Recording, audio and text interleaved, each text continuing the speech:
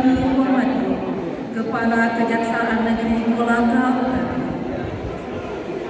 yang kami hormati Kapolres Kolaka Utara atau yang mewakili, yang kami hormati Asisten 1 Sekretariat Daerah Kabupaten Kolaka Utara, yang kami hormati Kepala OPD Dinko Pemerintah Kabupaten Kolaka Utara yang sempat hadir, yang kami hormati Camat, Kepala Desa, dan perangkat desa yang sempat hadir, serta hadirin undangan yang kami hormati. Dengan mengucapkan Bismillahirrahmanirrahim, acara rapat koordinasi pemerintah Kabupaten Kolaka Utara dan Kejaksaan Negeri Kolaka Utara bersama pemerintah desa se-Kabupaten Kolaka Utara tahun 2022 diawali dengan menyanyikan bersama lagu kebangsaan Indonesia Raya. Hadirin dimohon berdiri.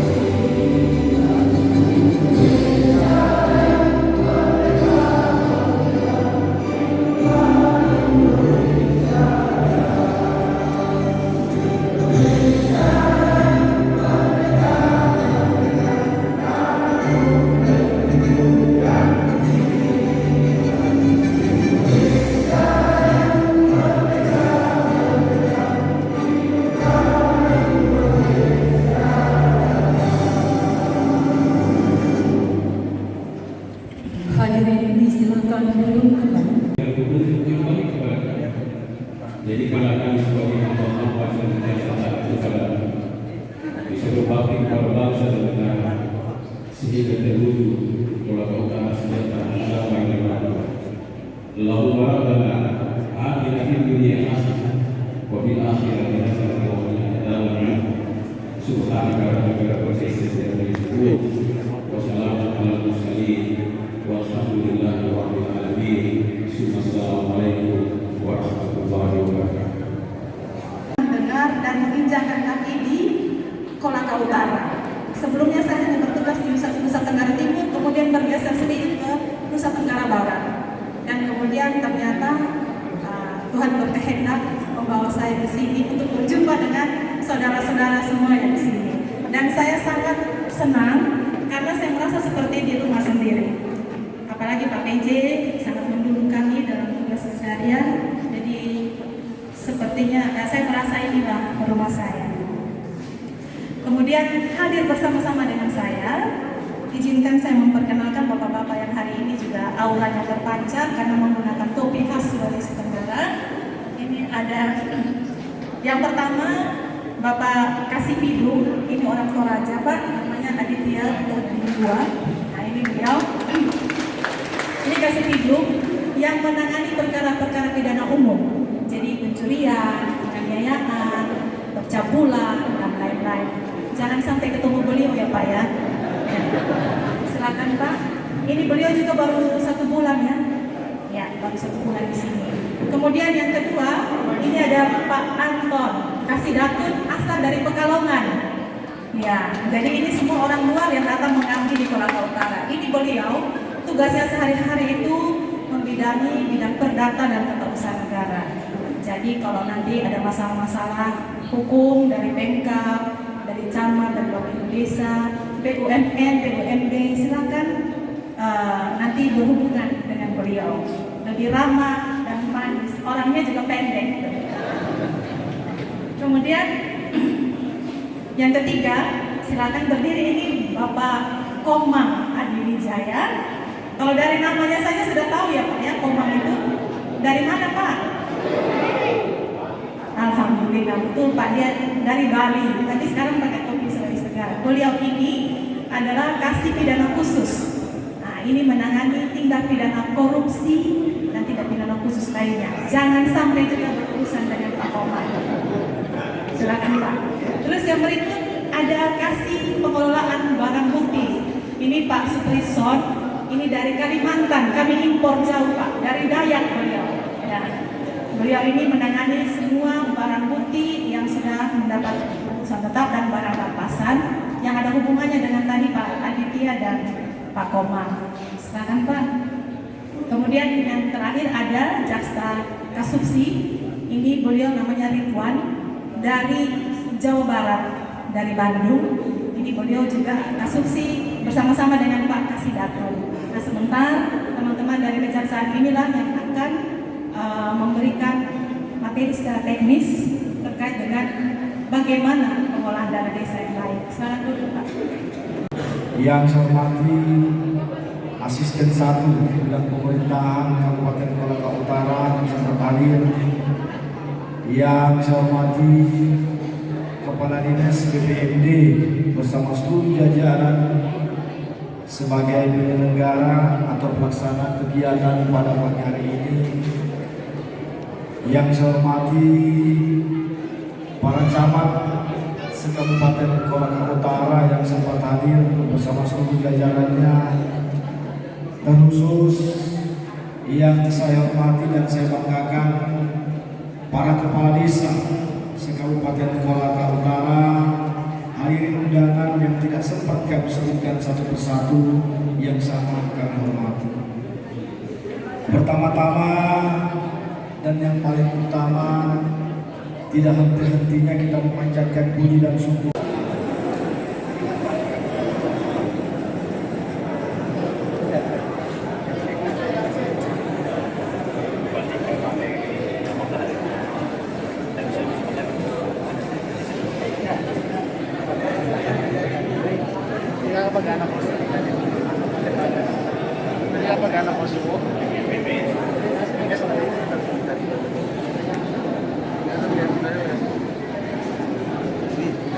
pengelolaan dana desa.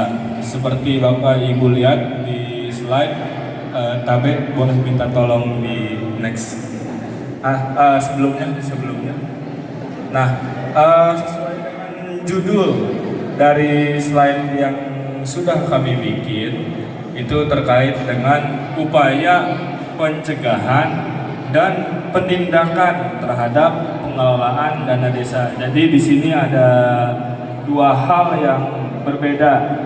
Yang pertama ini pencegahan, yang kedua ini adalah penindakan. Artinya dari slide awal ini mungkin sama-sama kita sepakat untuk hal penindakan kayaknya semuanya nggak pada mau gitu. Jadi lebih enak di pencegahan. Mungkin sama-sama kita sepakat seperti itu ya. Boleh next. Oke. Selanjutnya mungkin di sini masalah ya terkait dengan masalah pengelolaan dana desa. Ada beberapa banyak masalah terkait dengan pengelolaan dana desa. Ini yang kami himpun, yang kami tampilkan di materi ini. Pertama adalah ketidaktahuan dalam pengelolaan. Artinya ada anggaran, ada kewenangan, tapi tidak tahu aturannya gimana. Tidak tahu aturannya gimana, hasilnya jadi bumerang bagi diri sendiri. Itu ketidaktahuan ini masih bisa dicegah, salah satunya dengan masalah pendampingan hukum pengelolaan dana desa. Yang kedua, tahu aturannya, tahu mekanismenya, tahu prosedurnya, tetapi tidak dilaksanakan. Artinya ini sudah jelas dia tabrak aturan, dia tabrak Undang-Undang Nomor 6 tentang tahun 2014 tentang desa, sampai peraturan Menteri Keuangan, peraturan Menteri Dalam Negeri di bawahnya, peraturan Menteri Desa. Jadi mungkin Bapak Ibu ada yang sudah tahu tapi tidak dilaksanakan. Ini juga sama-sama menjadi bumerang bagi perangkat desa itu sendiri dalam hal pengelolaan desa. Terakhir ini yang fatal, artinya ada penyalahgunaan wewenang. Wewenang kepala desa itu cukup kuat, sangat kuat di lingkup desa. kepala desa ini memegang anggaran yang tidak sedikit jumlahnya sampai dengan miliaran. Bahkan dikucurkan dari APBN atau dari dana perimbangan itu jumlahnya sampai puluhan triliun. Artinya kembali lagi tadi terkait dengan nawacita Presiden Jokowi membangun negara ini dari desa, karena desa ini merupakan akar permasyarakatan, ada hak asal dan usul desa. Artinya ketika kepala desa bisa menggunakan wewenang itu dengan sesuai dengan peraturan, dana yang digunakan sesuai dengan peruntukannya, itu kan artinya bisa membangun negara kita ini. Dalam hal pengelolaan aset desa,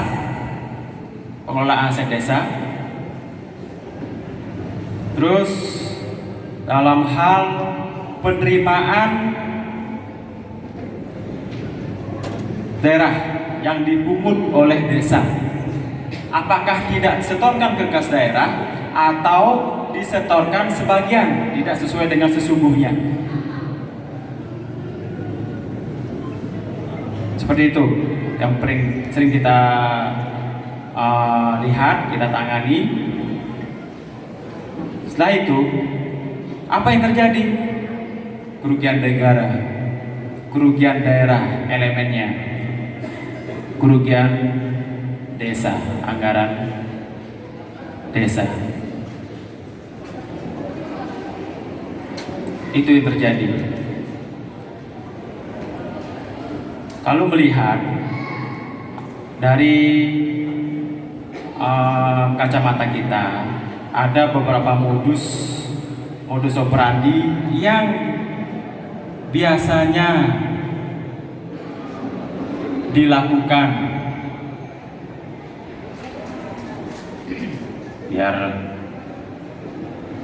Bapak Ibu paham dan mengetahui, jangan sampai dalam perjalanan, dalam pengelolaan dana desa terjadi hal-hal yang tidak diinginkan. Modusnya apa? Kita mengklaster menjadi 4, yaitu perencanaan, pencairan, pelaksanaan, dan pelaporan atau pembuatan laporan pertanggungjawaban dari dana desa tersebut. Modusnya, modus penyimpangan tipikor, tahap perencanaan, musrenbang dalam RAPBDes untuk menentukan kegiatan hanya formalitas. Pembuatan RAPBDes tidak sepenuhnya mengacu pada Permendes tentang prioritas penggunaan dana desa. Pembuatan rencana anggaran biaya tidak proporsional atau di sana terjadi markup. Pembangunan fisik tidak dilakukan survei lapangan dengan maksimal. Itu pada saat tahap perencanaan. Selanjutnya tahap pencairan, yang sering kita lihat ya, tidak dilengkapi dengan surat permintaan pembayaran, tidak dilengkapi dengan bukti transaksi, tidak diverifikasi oleh pelaksana teknis pengelolaan keuangan desa. Besarnya pencairan berdasarkan perkiraan kades dan bendahara, karena kita tahu di sini juga hadir bendahara, agar ibu bapak semua paham. Dana yang dicairkan tidak disalurkan dan disimpan dalam jumlahnya melebihi batas yang ditentukan dalam waktu cukup lama. Dana yang dicairkan tidak tersimpan dalam berangkas besi. Dana yang dicairkan disimpan oleh kades atau kepala desa. Di tahap pencairan, tahap pelaksanaan kegiatan. Pelaksanaan kegiatan ditunjuk hanya untuk formalitas. Tenaga pendamping dana desa tidak maksimal. Kegiatan tidak sesuai dengan APBDes, tetapi tidak ada perubahan dalam APBDes. Tentunya Bapak Ibu sudah paham. Kegiatan dilaksanakan tidak sesuai dengan RAB, baik dari jenis kegiatan maupun nilai kegiatan. kegiatan dilaksanakan melewati tahun anggaran. Yang terakhir, tahap laporan atau pertanggungjawaban kegiatan. Pelaporan melebihi batas waktu. Dokumen pendukung LPJ keuangan baru dibuat saat pelaporan, antara lain SPP dan kwitansi-kwitansi, sehingga tidak sesuai waktu realisasinya dan transaksinya.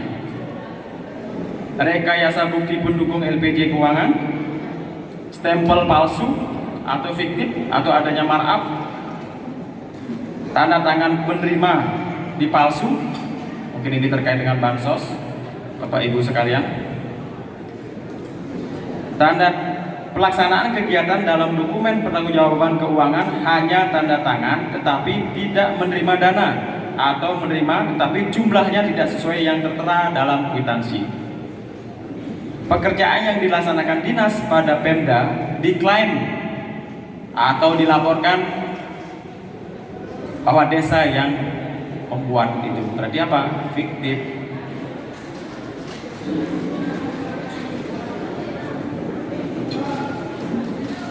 Pertanggungjawaban tidak sesuai dengan APBDes dan RAB, baik kegiatan maupun nilainya. Padahal tidak sesuai dengan APBDes, padahal laporan itu berasal dari fakta di lapangan. Artinya kegiatan itu dimanipulasi. Pada umumnya modus-modus operandi itu yang sering kita lihat. Alangkah baiknya dalam kesempatan ini Bapak Ibu sekalian, Pak Desa, Bu Desa, Bendahara, mungkin sekretaris desa yang hadir bisa berkonsultasi dengan kita sebelum melakukan tindakan. Tentunya di bidang datun siap menerima konsultasi maupun pelayanan hukum. Kalau mau datang ke kantor sesuai dengan jam kerja, silakan. Pintu kami terbuka lebar. Jangan sampai Bapak Ibu kita tindak. Kita melakukan penegakan hukum secara pidana. Jangan sampai untuk kedepannya. Desa Ponggihan. Tadi berbicara mengenai regulasi penggunaan dana desa. Kalau kita menganalisa, rohnya itu dana desa adalah swakelola, tidak boleh untung, intinya tidak boleh untung. Nah, jujur saya katakan bahwa pada umumnya kepala desa Kolaka Utara itu gajinya 3 juta Pak, 100.000 satu hari, tidak ada biaya operasional, tidak ada biaya rumah tangga. Jadi pertanyaannya begini,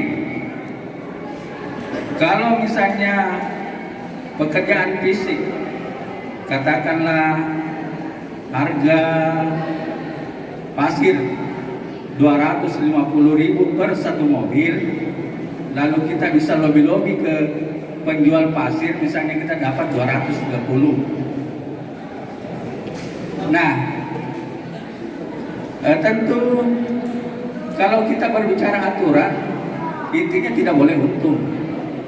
Nah, kalau misalnya ini yang terjadi, apakah kami ini sebagai kepala desa ketika membuat laporan pertanggungjawaban sudah pastilah kita sesuai dengan RAB, tapi pada kenyataannya tidak sesuai.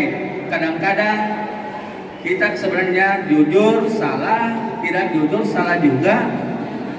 Jadi olehnya itu apa yang kita lakukan ini, kalau kita mau sejujurnya, pastilah kepala desa yang ada di Kolaka Utara ini akan menjadi temuan semua Pak. Jujur saya katakan,